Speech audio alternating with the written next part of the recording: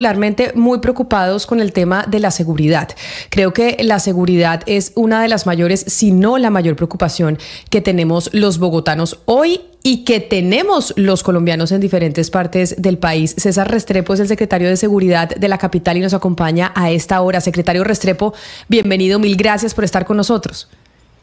Camila, buenos días, saludos a toda la mesa de trabajo y a la audiencia.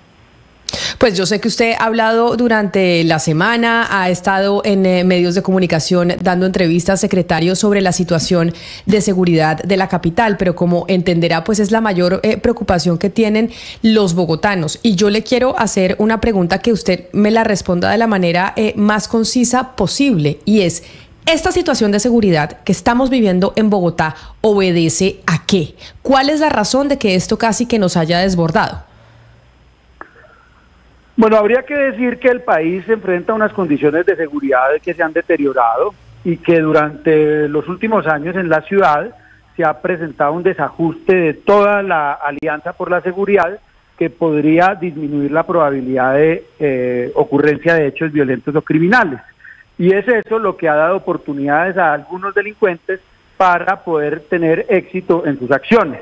También hay que decir en paralelo, Camila, que si bien estos eventos que han ocurrido han sido bastante representativos para la ciudad, cuando uno los compara con el número de establecimientos comerciales que se dedican a las actividades de restaurante o de bares en la ciudad, pues encontrará que no representan una crisis como se ha ido configurando, sino que nos dan la posibilidad de identificar debilidades que hay en el sistema de ciudades que le ofrecen oportunidades a los criminales y corregirlas a tiempo para que no se nos convierta en una crisis en el futuro.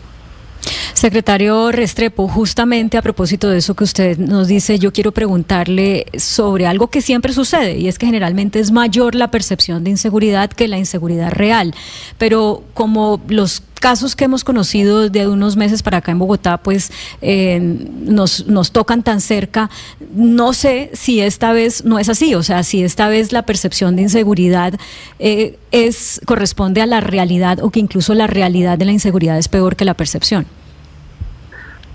Sobre ese tema, y como yo escribía antes sobre estos temas de seguridad en un medio de comunicación, no puedo cambiar mi opinión, y es que en realidad la percepción de seguridad es lo que representa el estado de seguridad de una ciudad. Por eso es que un solo evento criminal representa un costo tan alto para una ciudad, y es lo que nos lleva a pensar que hay que cambiar las condiciones generales de la ciudad y reconstruir la unión entre ciudadanos, gobierno local y organismos de seguridad del Estado, para que le apuntemos a que no ocurran esos eventos. Ahora, dicho esto, lo que hay que señalar es que la masividad, y eso tiene que ver con el número de eventos ocurridos, pues claramente se multiplica cuando estos eventos se les genera tal grado de representatividad. Entonces yo creo que hay que abandonar la discusión entre percepción y realidad. La percepción termina siendo la realidad, y en lo que nos tenemos que concentrar es en corregir los factores de inseguridad que superan la voluntad del gobierno local, que llegó hace 38 días a tratar de resolver las debilidades de la ciudad, a ponerse el menor tiempo posible hacia adelante para resolver esto, y adicionalmente a integrar a ciudadanos, sector privado, con la fuerza pública para cerrarle espacios al crimen. No podemos perder de vista que durante los últimos 4 años ocurrieron unos eventos críticos en nuestra sociedad que terminaron generando unas distancias tan grandes entre ciudadanos, autoridades e instituciones, que hoy en día los están explotando los criminales.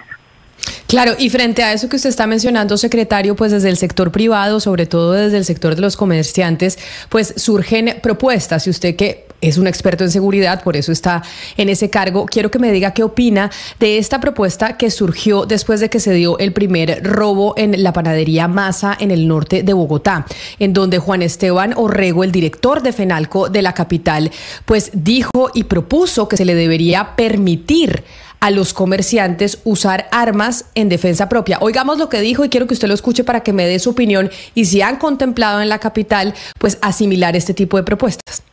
A las personas que tienen salvoconducto para portar arma, que realmente lo tienen, se les permita hacerlo, porque hoy hay una restricción, y la verdad es una gran ventaja que tienen los delincuentes, porque saben que donde vayan no hay nadie que les vaya a responder. siempre piden que exista un acompañamiento del ejército, que trabajen de alguna manera juntos, que con esto se baja la preocupación, la tensión, porque realmente genera más tranquilidad. Y ahí entonces quiero preguntarle su opinión y la de la administración, secretario, y es si ven esta como una propuesta válida y si la han contemplado. Bueno, Camila, aquí, digamos, empiezo por el punto más importante, es que la administración considera al sector privado como un socio fundamental, inexcluible en la construcción de seguridad de la ciudad. Y por eso tenemos un diálogo incluso con el doctor Orrego desde antes de nuestra posesión, tratando de identificar iniciativas y esfuerzos conjuntos para mejorar las condiciones de seguridad, no solo de los comerciantes, sino desde el esfuerzo que hacen ellos y la articulación con la administración para mejorar las condiciones de seguridad de los ciudadanos. Cada idea que el sector privado o que un ciudadano tenga de cómo mejorar la seguridad en la ciudad es un aporte fundamental para la construcción de nuestras estrategias y líneas operativas. Sin embargo, cada una de esas iniciativas, la responsabilidad de la administración es analizarlas desde el punto de vista jurídico y desde el punto de vista del riesgo que representan para la estabilidad de la ciudad.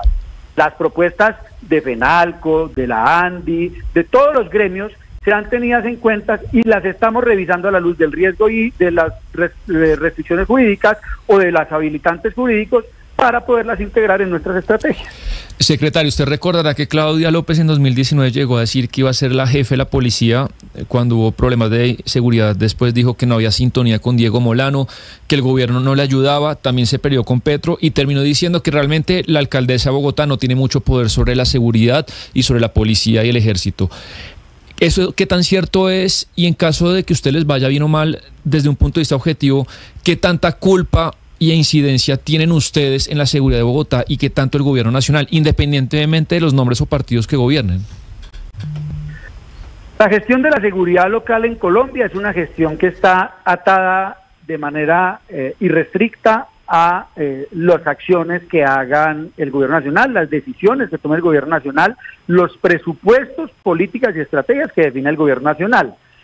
Todos esos elementos del gobierno nacional se adaptan en lo local desde el punto de vista de la gerencia y del poder de policía que recae sobre el alcalde, incluso sobre los consejos de las ciudades, poder de policía que lo que hace es determinar la aplicación en el territorio de esas estrategias nacionales. Lo que los alcaldes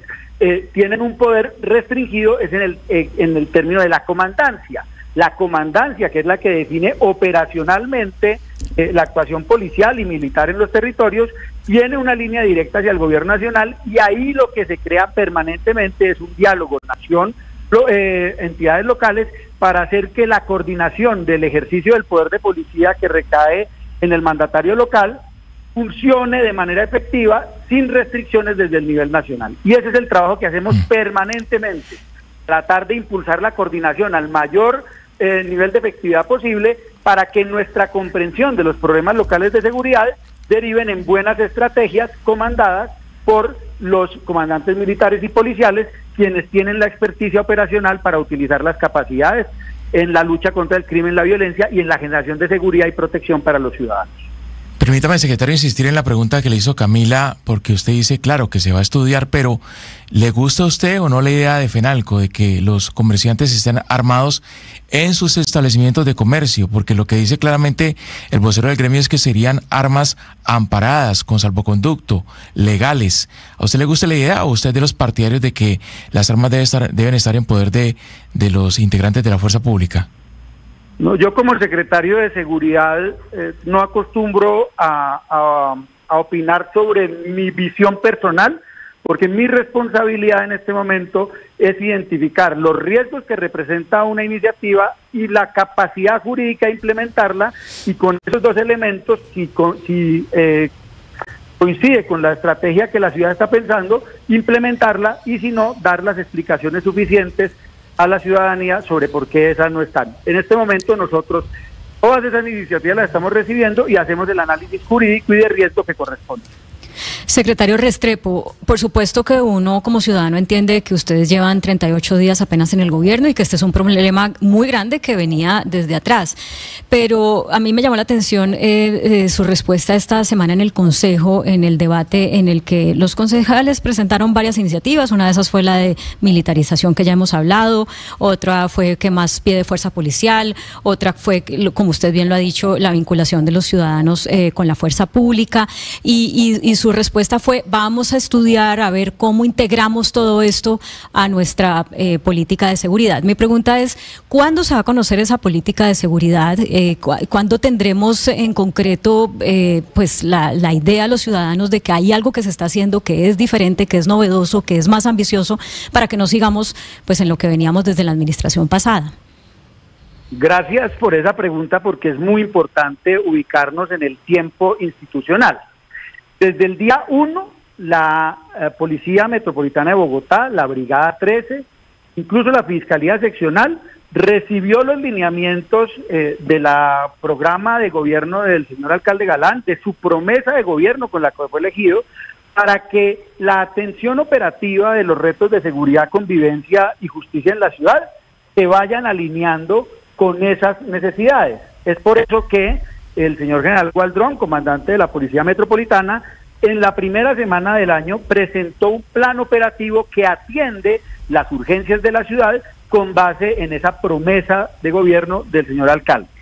Sin embargo, en lo que tiene que ver con una estrategia propiamente dicha, los tiempos institucionales nos dicen que a finales del mes de marzo, entre marzo y abril, se debe aprobar el plan de desarrollo de la ciudad y en junio el gobierno debe presentarle a la ciudad, en un proceso que es de dialogante con el Consejo de la Ciudad y con los ciudadanos, la política, el plan integral de seguridad, convivencia y justicia. Esos instrumentos son los que marcan en realidad, en términos de tiempos institucionales, el cambio de la promesa del gobierno convertida en plan de gobierno. No esperamos a ese tiempo, como les digo, desde el día 1 del año y durante los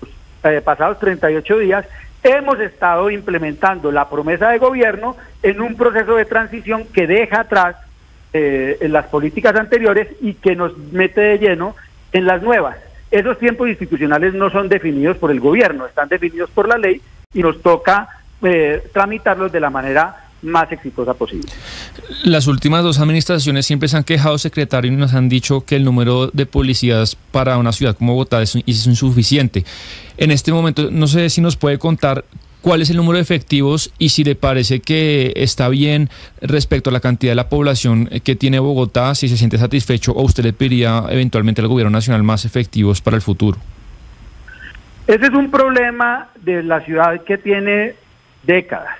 Y habría que decir que hacia el año 2014 y 2015, 2014,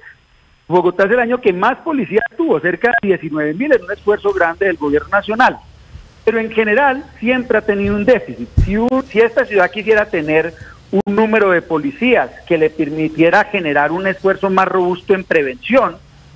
y en solución de problemas, la ciudad debería tener alrededor de 28,000 policías. Pero al ser un problema que se ha mantenido en el tiempo, lo que nosotros ya sabemos es que desde la nación difícilmente se va a conseguir ese número. Y es por eso que esta administración le apuesta a generar un modelo de inversión en pie de fuerza que logre reforzar el pie de fuerza hasta números óptimos. No va a ser seguramente los 10,000 en este gobierno, pero tenemos una meta de incluir al menos 4,000 que nos vaya a permitir, que nos permita caminar de manera segura hacia un modelo de policía robusto, comunitario y de prevención, sin que debilite los modelos de lucha contra el crimen, que son muy importantes, porque en paralelo, mientras que voy mejorando las condiciones de prevención de la ciudad, tienen que irse debilitando las estructuras criminales. Usted dice que desde el gobierno nacional muy difícilmente se va a conseguir el número de efectivos que se necesitan y por eso me acuerdo de las declaraciones de la entonces alcaldesa cuando ella decía: nos pusieron a pagar pie de fuerza para Bogotá y nos engañaron, no nos lo dieron, con lo cual pues ustedes en la administración del alcalde Galán saben que hay un antecedente en que como había ciertas diferencias entre el gobierno nacional y el local, el gobierno nacional pues no le daba a Bogotá lo que Bogotá pedía. En este caso pues se puede repetir la la historia, porque todos sabemos que Galán no era el candidato del presidente para la capital. ¿Cómo está el diálogo con el gobierno nacional? ¿Qué les han negado? ¿Qué les han aprobado? Permítanme antes aclarar algo sobre el tema del pie de fuerza en términos de la comparación de las iniciativas. Es que en la solución que la administración anterior buscó, la solución no comprendía el sistema general de generación de pie de fuerza en el sistema colombiano, y era que pagar las becas no era un esfuerzo suficiente para poder mantener ese pie de fuerza en la ciudad. Por eso nuestra visión sobre esto es inversión en la generación de pie de fuerza, y eso requiere un gasto más justo, y en general requiere un acuerdo entre gobierno nacional y gobierno local, un tipo de contrato en el que ambas partes asumen compromisos dirigidos a fortalecer ese pie de fuerza. Es decir, eso me lleva a la segunda parte de su pregunta, es que debe dejar de ser el tema del pie de fuerza un asunto de diálogo político y convertirse en un proceso técnico para garantizar la seguridad de las ciudades, y a eso es a lo que le apostamos. Y en relación general con lo que hemos venido trabajando durante estos 38 años, al final del primer mes, en un Consejo de Seguridad en el que participó el Ministerio de Defensa, el señor general Salamanca anunció a la ciudad que los policías que habían llegado para reforzar el fin del año se quedaban